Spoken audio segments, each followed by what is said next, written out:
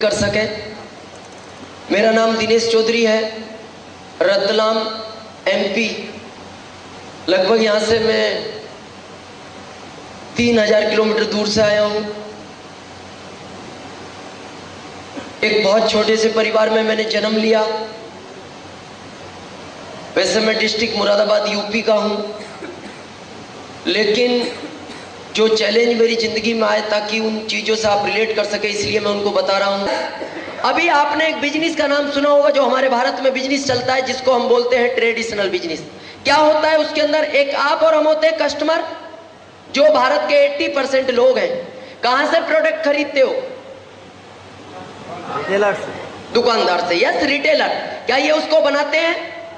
No. ये खरीदते हैं किसी होलसेलर से। ये होलसेलर किसी स्टॉकिस्ट, ये स्टॉकिस्ट एक सीएफ एजेंट के थ्रू माल खरीद लेते हैं कंपनी से। ये हमारे भारत का एक परंपरागत व्यापार है। लेकिन इनके ऊपर कंपनी एक बहुत बड़ा खर्च करती है, पब्लिसिटी, विज्ञापन। क्यों? क्योंकि आप और हमको ये पता लग जाए मार्केट में कोई नया प्रोडक्ट आया है। ये 20% लोग हैं जो मिडल मैन होते हैं। आज तक जो मैंने शुरू में आपको बताया था 80 और 20, ये रेशो यही है। इसी वजह से चलता है। ये गरीब गरीब हो रहा है, अमीर अमीर हो रहा है। क्यों? क्योंकि हमारी खून पसीने की कमाई का पैसा इन चंद लोगों की जेबों में चला जाता है।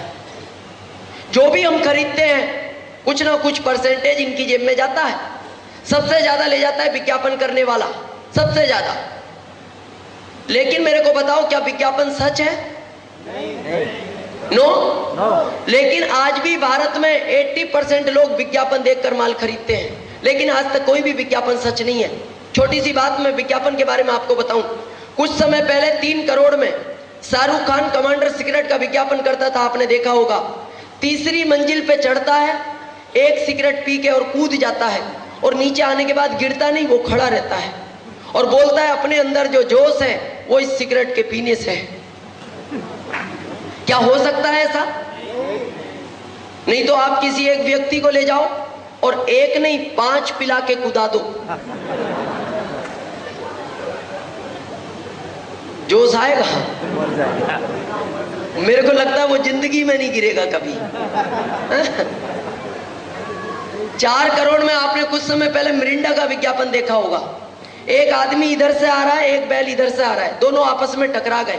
जब दोनों आपस में टकराए तो जब आदमी बैल से टकराएगा तो आदमी 5 फीट दूर गिरा, वापस खड़ा हुआ, एक दुकान पे गया, मिरिंडा ली और पी ली, वापस आया, फिर बैल से टकराया तो फिर बैल 5 फीट दूर गिरा। क्यों?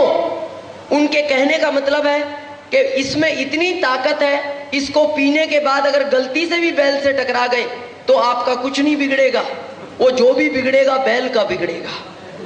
क्या ऐसा हो सकता है? नहीं। डाउट हो तो आप एक बार प्रैक्टिकल करके देखना।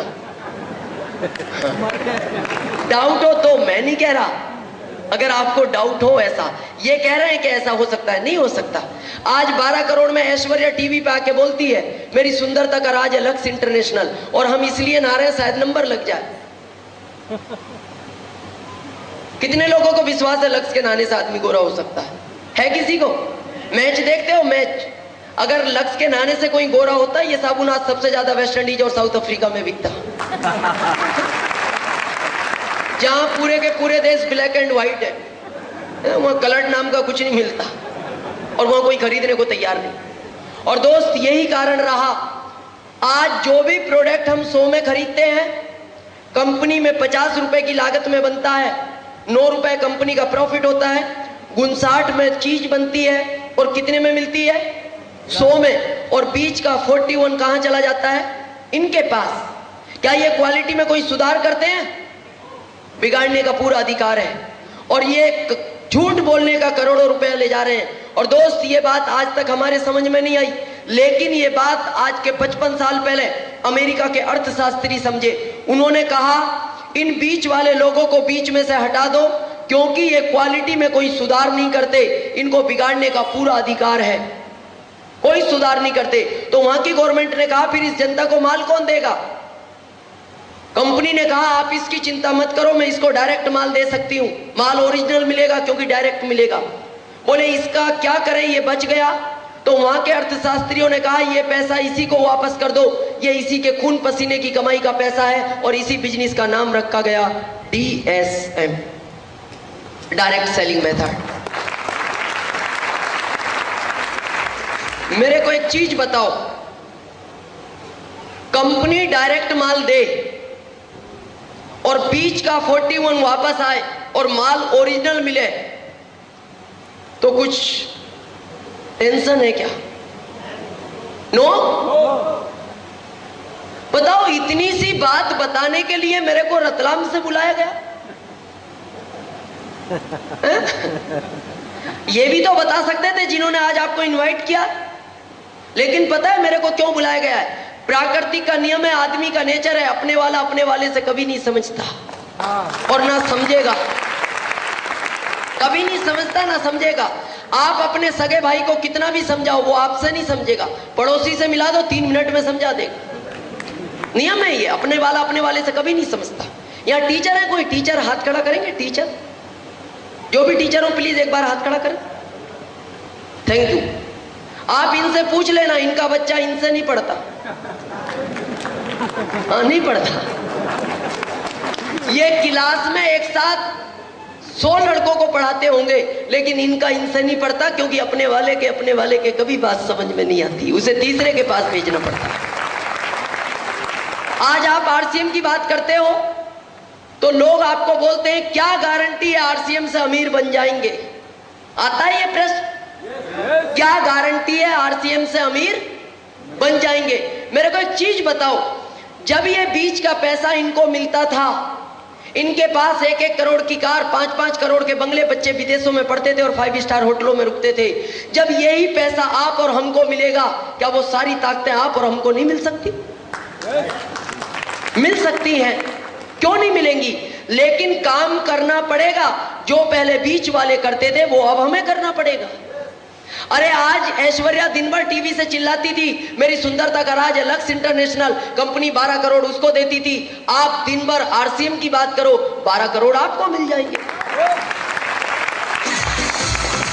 लेकिन बताना पड़ेगा।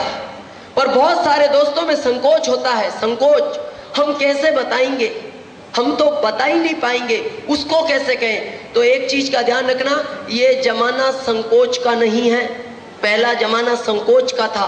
आज के जमाने के अंदर अगर जिस व्यक्ति में संकोच है उसको मंदिर में प्रसाद भी नहीं मिलती, वो बाहर ही रह जाता है।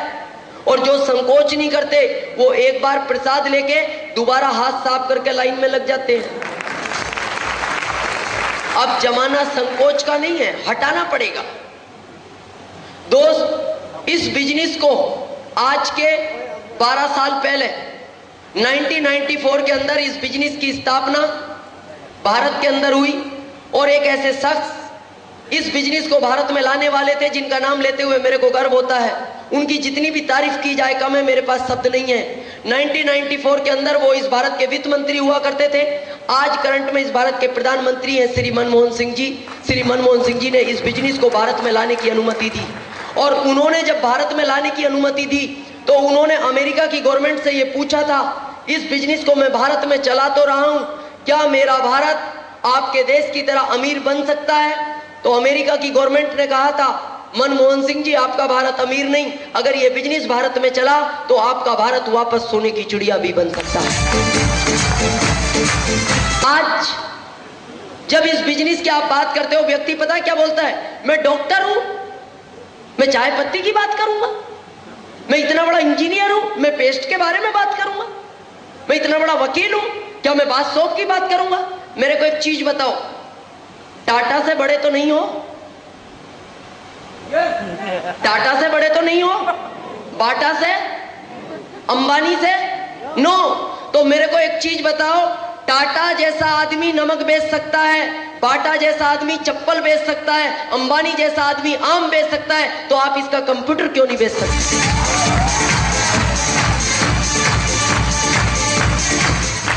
अरे